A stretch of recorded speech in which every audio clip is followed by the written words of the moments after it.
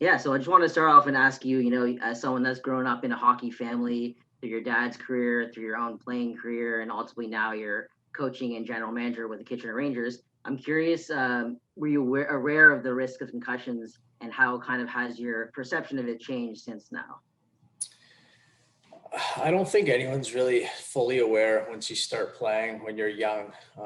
You just start playing and you don't really think about that type of stuff. You don't really think about injuries in general. And specifically, you don't really think about head injuries because you're so little. And then as you get older, I think it becomes a little more evident, probably depending on whether you had maybe siblings that have played that are older than you, or you've seen teammates that have gone through it, or in some cases, unfortunately, you go through it yourself and you get an injury or a head injury, and then you're dealing with it firsthand, and now you kind of know the risk of it. So I don't think it's something you ever really start out thinking about, but as time goes on, for me personally, yeah, it didn't happen until I was a little bit older, probably into my first year of junior A hockey when I was 16 years old, when I got my first, diagnosed head injury or concussion. And Mhm. then from that point on,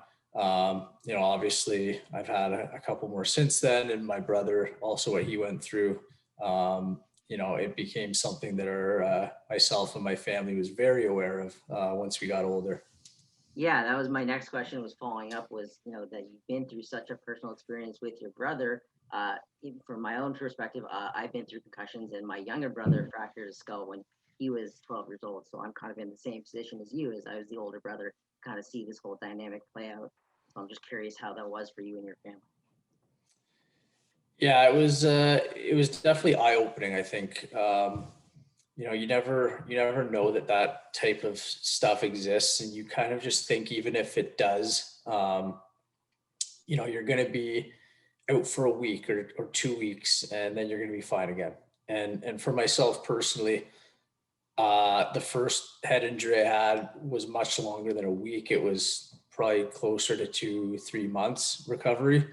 And everyone's obviously different with their symptoms and things like that. And my brother, again, he had a number of concussions, most of them not coming from sports even, Right. and little freak accidents that happened, when he was younger, playing in the schoolyard, falling off monkey bars in a playground when he was just a little kid, rollerblading and, hitting a patch of grass and flipping, and hitting his head, running around a pool and slipping and hitting his head on the side of the pool. So a lot of freak accidents for him, and not so much sport, head injuries or dealing with sport stuff. But so yeah, it was definitely something we were pretty well aware of. But everyone's different, and everyone reacts differently to injuries, and specifically head injuries. So it's a very personalized thing, I think.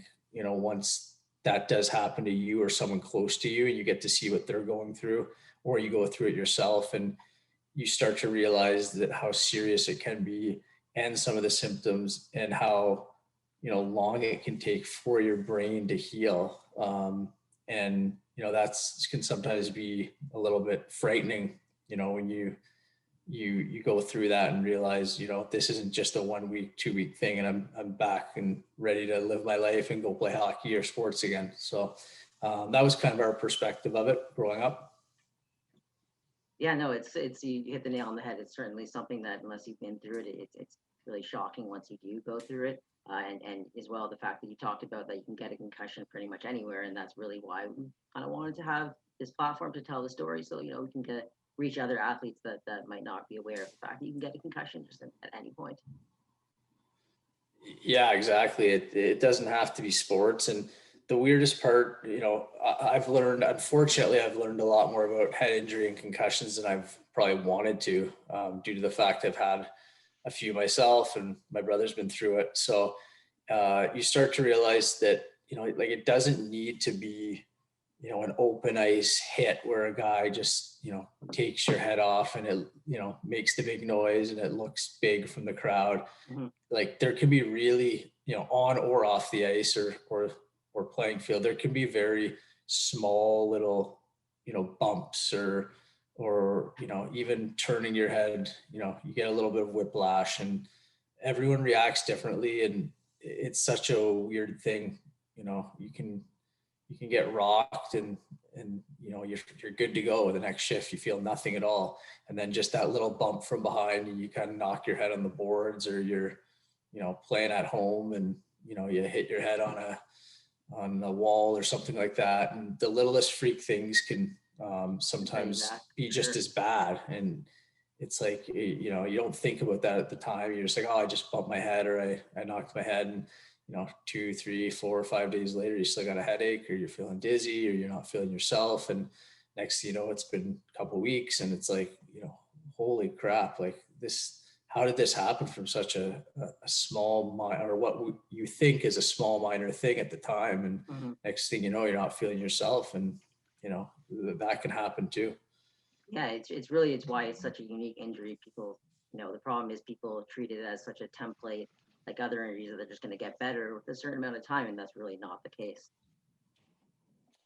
Yeah, and I think what the one thing that I learned is that the recovery, it's better to be on the safe side of the recovery, as opposed to trying to rush back. And now that I deal with junior hockey players on a daily basis, and obviously do see some concussions, it's one of those things that you're never fully going to get away from in a contact sport.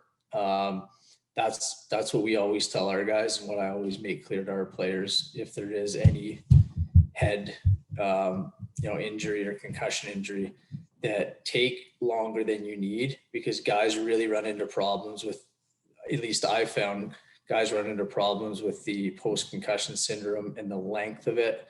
If you come back too soon and your brain isn't fully healed yet, and then it's that second or third one that really can damage you and can really make your recovery extended, I've found. And I'm not a doctor, I'm not a scientist, so this is all just me, some of the research I've done, part of it what I've went through, part of it what I've seen other guys go through. And it just seemed like every time there was a guy that rushed back, or had one previously, and then he's back a week later, and then boom, he gets hit again. And then it just seemed like the second one was always longer. It just looked like that to me from the outside looking in, even sometimes. And I could just tell, I was like, he wasn't ready to play. Like, he shouldn't have been playing. And that's, I think, where you run into problems. And if there's any doctors listening, they should probably plug their ears, because this will be a really a bad analogy probably, but I always equate head injuries to, they're tough, like you said, because you can't see, like a bruise. If you punch someone in the arm and your arm bruises, you can physically see that their arm is bruised. And the analogy I always use, or used to use at least, is, if, when you get a concussion, it's a bruise on your brain. And, just like your arm, if you keep punching your arm, or you knock it on the wall a couple days later, it's going to rebruise and it's never going to heal. And unfortunately, you can't see that with your brain or your head. But if you let the bruise heal and you just let it sit there, you protect it, eventually it's going to heal. And then when it's healed, you can punch that same spot again, and it's not just going to bruise up right away and hurt again. It might be okay. And I think the same thing is with head injuries. Is, it's a very simple analogy, but if you let the brain heal properly, and you let it get back to a spot where it's good and you're not having symptoms, then, it's not like you're bruising it. And that's kind of the way I thought about it. And I was lucky because my dad and parents were really good influences in that sense. And they were looking out for my best interest and my brother's best interest, and made sure that we were 110% ready to play or get back into the ice or the field of play after a head injury. So I was lucky that way, but I think that can be the danger sometimes in rushing back, or feeling like you need to rush back, and then you set yourself back even further. No, for sure. And support is definitely crucial. And I know like we've never talked, but what you just described in terms of the repetitive concussions, that's exactly what I went through. It was until my third concussion that really kind of changed everything for me. So absolutely, the idea of kind of rushing back, it's something that more athletes need to hear. You also kind of have a unique perspective that you played, and now you're on the management side. I'm curious if you feel more of an emphasis towards player safety, especially kind of what your brother's been through as well. Yeah, 100%. Like I almost feel, like a little bit sick to my stomach sometimes if I see one of our players or even a player on the other team. And I'm sure you guys have seen it before, but the hits where it happens and then there's that 5 to 7 or 8 seconds after the hit where you can just tell the player that got hit just isn't there mentally. Mm-hmm. And sometimes it's them looking around and just aimlessly looking around. Sometimes it's like the Bambi on ice where their legs just give out, or even just little things you can just see when they're skating back to the bench. It's their eyes just are not focused. And for me, like since I've been through it and I've seen my brother go through it, it's a sick kind of feeling seeing another kid, especially younger kids, have that happen. And it makes me always cringe. And you just kind of feel like, oh, like, and then, the next day you're waiting for that call from our trainer or the player. And, you're always like on pins and needles a little bit waiting, you're hoping it's no symptoms today. No headache, no dizziness. And, once you hear, oh, he has a headache or he's not feeling himself, you're just kind of like, oh, like, you feel so bad for the person because you don't know if it could be a 2-3 day symptoms or it could be 2 or 3 months. They're all different. Yeah. And it's just one of those things where you're like, it's not a fun thing to go through personally, but it's also anytime it happens to one of our players or anyone else, you kind of just feel that sick feeling that you're like, oh, that's, I hope that it's not a bad one, or I hope that he's okay the next day or next week or whatever. Mm-hmm. And with your, kind of the knowledge of your own history and your brother's history and as well just being in the management side, what are some of the resources and kind of therapies that you both recommend and use with your players that help treat concussion symptoms? Well, we do all the regular stuff and the regular baseline testing, and our league has a concussion, testing and protocol that they go through. And if a player's hit, the quiet room and all these phrases or little programs that I'm sure are pretty widespread at this point and aren't anything new. And I'm sure you guys have heard about them, and many teams and leagues use them. So we do our best in that sense. But personally, on a personal level, I just try to let the guys know that there's no need to rush back, and it's better, that you take an extra 3-4 days, week, even 2 weeks. And when you come back, you're fully 110%, you're ready, you're not guessing. And that's just from my personal experience. And that's something that I can share with them having gone through it. No, that's so great. So yeah, so personally for me, that's the big one. And I think the other one for me is I don't ever, I try to put myself in the player's shoes and when I was a player, and I don't ever try to guess, what is wrong with them. And this isn't just for concussions, this is for injuries in general, but I think it's especially important with concussions and head injuries. Mm-hmm. And I think a lot of coaches sometimes will look and they'll see, the player, he looks like he's okay. Like I saw him laughing with a couple of the guys before practice today, but now he's not on the ice practicing. Right. Like, what the hell is that? And then he goes to the trainer and goes, is this guy really hurt? He says he has a concussion, but I saw him out there like yucking it up with the guys on the team. And now he says he can't practice. Is he just trying to get out of practice? And, oh, he's soft and yada, yada, yada. And I think that's a really dangerous way to do things for any injury. For sure. But especially concussions, because like you said, it affects everyone differently. Everyone has different symptoms. There could be parts of the day where you do feel okay for a couple hours, and then all of a sudden in the afternoon, it just hits you, whatever your symptoms are. And so that's something I try to do is I never try to guess how someone's feeling.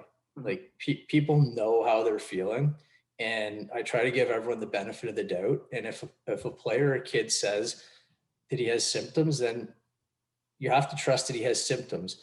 And it goes both ways too. You want to believe them when they say they don't have symptoms, but you also have to keep pressing and trying to make sure that they know that they can tell the truth and that they're being truthful and honest. Because as you know, there's guys, hockey's a competitive sport, and guys want to get back onto the ice as soon as they can. Yep. And they will try sometimes to hide their symptoms, or even trick themselves sometimes into thinking they don't have symptoms. Oh, it's sure. It's just a rainy day, and sometimes I get some headaches when it's raining out, and so that's normal. But really, they got their bell rung the night before and they have a headache, and they shouldn't practice that day, or they shouldn't be doing something that day, but they trick themselves into thinking they're all right. And that puts the trainers and medical people in a really tough spot sometimes. Sure.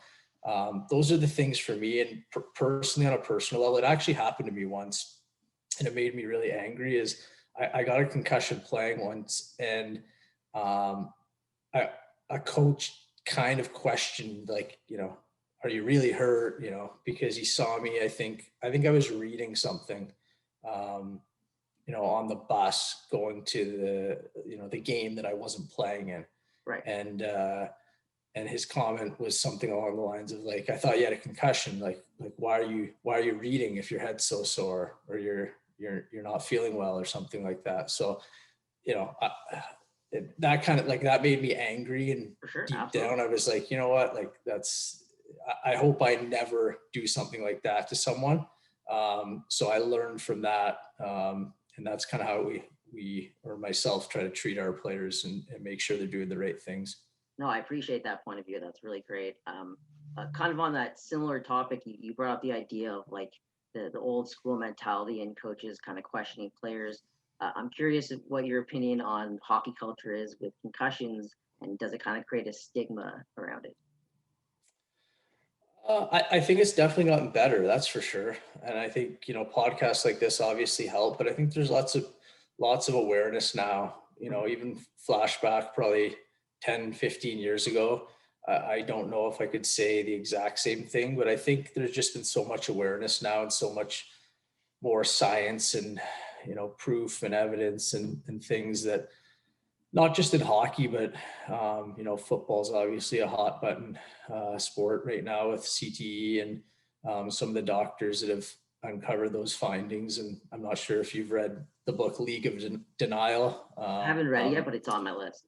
Yeah, so that goes through a lot of what the NFL went through, and a lot of the doctors that have become more well-known names, and dealing with CTE and post-concussion stuff, and how it's impacted former players in different ways. And so I think there's definitely more awareness right now, and it's getting better. I think obviously, like most things, it can continue to improve, and but I think we're definitely well on the way to making things better, for sure. Yeah, no, that's great. And I'm curious as well, is there any kind of emphasis on mental health, especially kind of on that same topic of hockey culture? That's something that never would have been talked about 10, 20 years ago. Yeah, definitely. I think the two go hand in hand to a certain degree as well, right? Sure. And guys that, whether it doesn't have to be a concussion, but hockey players that aren't playing hockey, aren't going to be happy people, because they're hockey players and they want to get back out on the rink. And the same goes for any athlete in any sport. So I think you got to be really mindful of when a player is injured, but specifically concussed or has a head injury. Their brain is damaged at that point too. So you open up a whole new can of worms, I think, with mental health and all the other stuff, because your brain isn't functioning the way it normally should. So things like that can creep in a lot easier, I find. And I know personally going through it, I was a lot more emotional at times during my recovery. And, there's no reason why. I'm sure there's a scientific reason and medical reason why within the brain, but, you find yourself doing and thinking things that, you don't usually, you're just not yourself, I guess is the best way to put it. So I think that's definitely important. Our league does a really good job with the mental health stuff, and the amount of programs we have our guys and that they're aware of and that they know they can go through to get help. But yeah, it's definitely an important part of it, because I think it's a whole other side that people, when you think about concussions, you think about just, your head and your physical body. But I think sometimes, a concussion can lead and be a gateway to a lot of other things, whether it's, like Absolutely. you said, mental health, drugs, alcohol, all these different types of things. And I think that's when you start mixing those things into a cocktail, I think that's when you really, really see, catastrophic results and unfortunate results happen when you mix the brain injury and the concussion, or any kind of brain injury. And now you bring in an extra element, whether it's the alcohol, the drugs, the mental health to cope, trying to cope with that injury.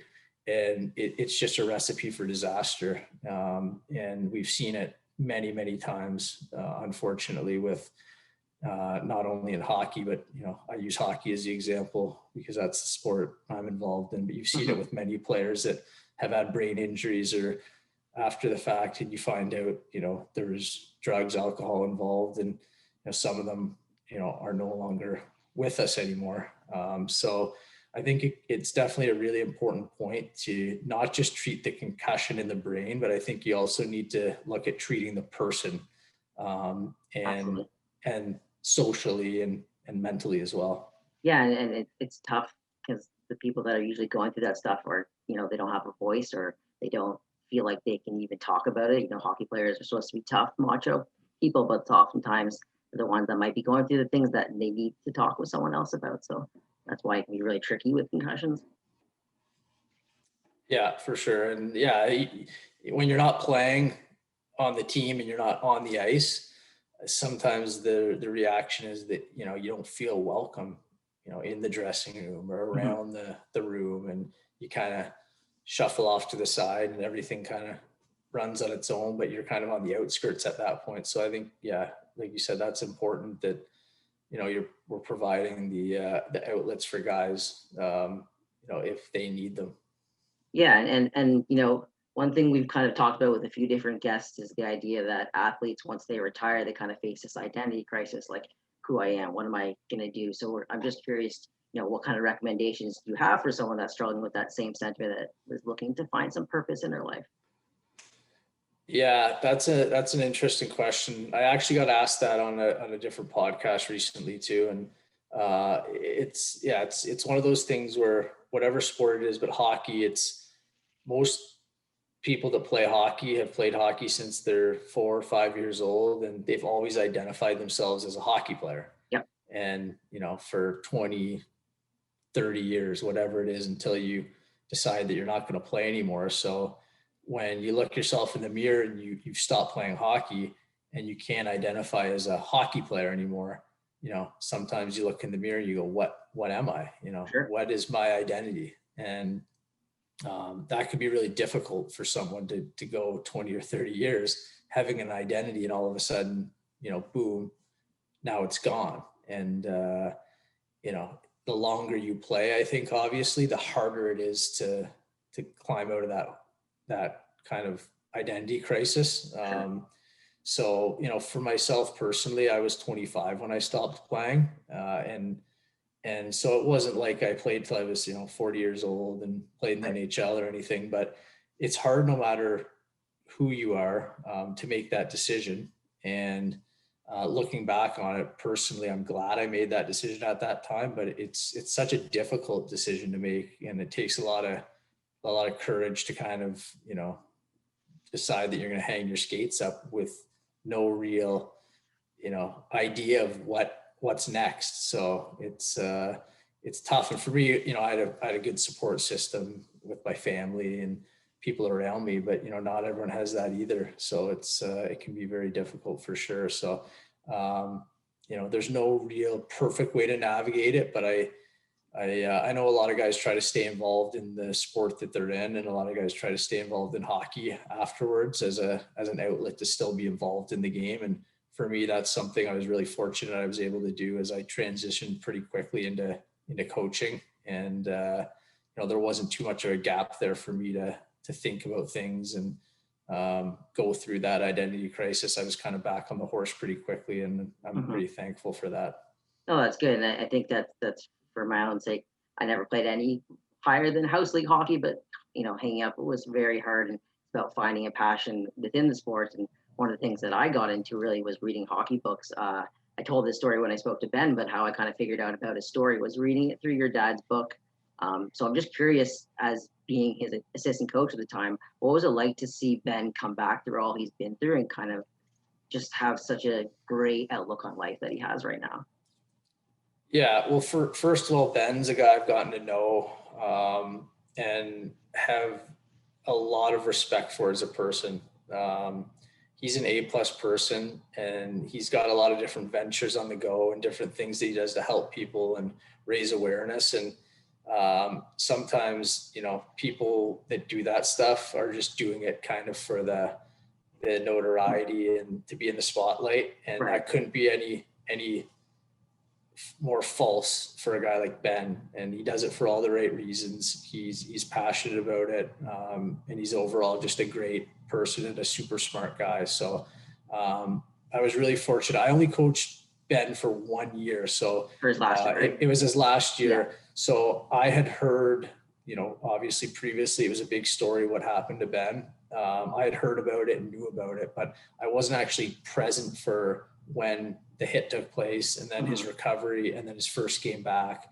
But I still work with people, and Dan Liebold is our trainer and equipment manager that was there at the time, and obviously played such a huge role in helping Ben and quite possibly saving his life that night. And he still works with us, and so he has the firsthand story. And I've worked with other people in the past that were there that night and were with him through his recovery, and were there on when he came back, and saw what the rink was like his first game back, and what an atmosphere it was, and how special it was for everyone involved, especially Ben and his family. So I'm really happy I've gotten to know Ben. He's doing a lot of great things, not just for concussion awareness, but in all walks of life.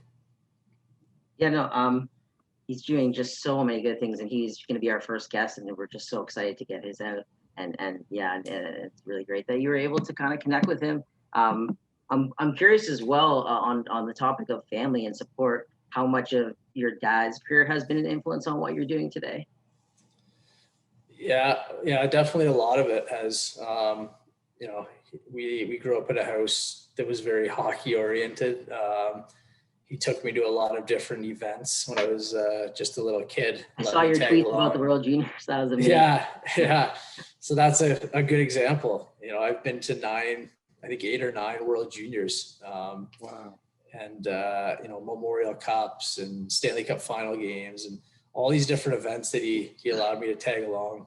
So that kind of shapes how your passion for the game and how you grow up loving the game, and you get to see a little bit of a peek behind the curtain at those events. And, I was really fortunate, to get those experiences, and he allowed me to come with him and be his annoying little sidekick, I'm sure, most times, because it's probably not easy carting around a little kid. I have little kids now, and I know it's not easy actually. So really fortunate that he allowed me to do that, and it definitely shaped, my love for the game, I think. No, for sure. And then it's such a great thing that you've been able to experience that and also give it back on the position that you have now. I'm curious is of your position on fighting in both junior hockey and at the professional level. Yeah, it's an interesting debate. I mean, it's like most things, I probably, fall somewhere right in the middle and on that. And, it's, I think our league's done a good job, and Dave Branch has done a good job to, get with the times and continue to evolve as a league. And obviously we have, stricter, penalties for fighting than a lot of other leagues do in junior hockey. And, we had, the 10 fight rule that was pretty, well known when that rule change was made, now brought down to 3, and, all these different things. And I've seen, what some other leagues have done as well. So I think, it's good. In junior hockey, there's such a discrepancy between a 16-year-old player and a 20-year-old player. For And sure. I think that's what people forget sometimes is, a 16-year-old is basically an undeveloped teenager that, hasn't, in some cases, still going through puberty, still growing, physically and mentally. And a 20-year-old, 19-year-olds are almost full grown, men at that point. So it's, it's such a discrepancy between the two ages, and specifically in junior hockey, it's probably for the best that, that those rule changes are made to protect the players and make sure that we're being aware of that. So, I mean, pro hockey is a whole other animal, I think, when you're dealing with men that are getting paid to play the game, and, that's their job and that's their livelihood, and they're making money doing it. Then, the name of the podcast, the inherent risk, is a good name, because there is an inherent risk that, those people assume. But I think when you're dealing with younger kids that are still teenagers, they're still going to school, a lot of them haven't graduated high school yet. It's a bit of a different animal. For sure, and that's exactly it. You forget that they are kids sometimes. You could say the same thing about the World Juniors. People just forget that they are kids and they do have a normal life to live. I have one final question I want to ask you is, would you pursue the same hockey career that you did, knowing what you know now about brain injuries, and what kind of advice would you impart to the next generation of hockey players to kind of be aware of what is out there? Yeah, I think I definitely would. There's no question about that. I think no matter what you do, any sport or even in life in general, there's going to be risk, and managing that risk is obviously different in every occupation or every sport or whatever you do. So I think just having an idea of what, if something does happen, having an idea of what the right steps are, and making sure you're surrounded by people that understand those risks, but not only those risks, but what happens if something does happen, you do get a concussion, what are the next steps? Like, how can we educate ourselves on that, and making sure that, like I've said a million times, is I think, the recovery is definitely the most important part. It's, even in a non-contact sport, head injuries happen. They're just unavoidable to a certain degree, but especially in a contact sport, they're unavoidable. They will happen.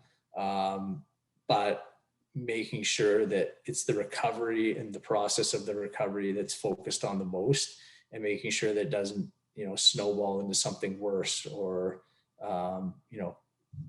stacking those on top of each other. And that, like we said before, that's really where you can run into problems. So I definitely wouldn't change it. I think retiring at that time was probably the right move for me, even though it was a hard decision, like we talked about.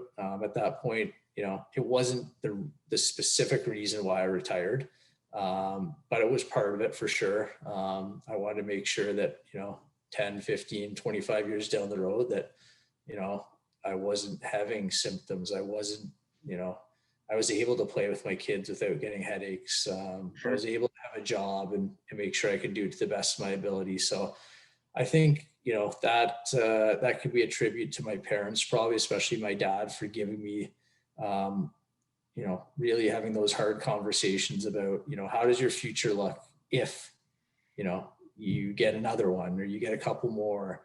And I think I was always, you know, smart enough to realize that, you know, making sure that I manage that risk and recovery as well. So, yeah, I think that's probably the best way to answer that one. No, that's a great answer, and you really do have such a positive outlook on all this. So we really do thank you so much for taking your time and talking to us today, and just kind of sharing us with your story about your brother and about your current position. So really, do thank you so much Yeah, no problem. Thanks for having me. as well. Have a good one, okay? Yeah, Take care, take care, Mike. guys. Yeah.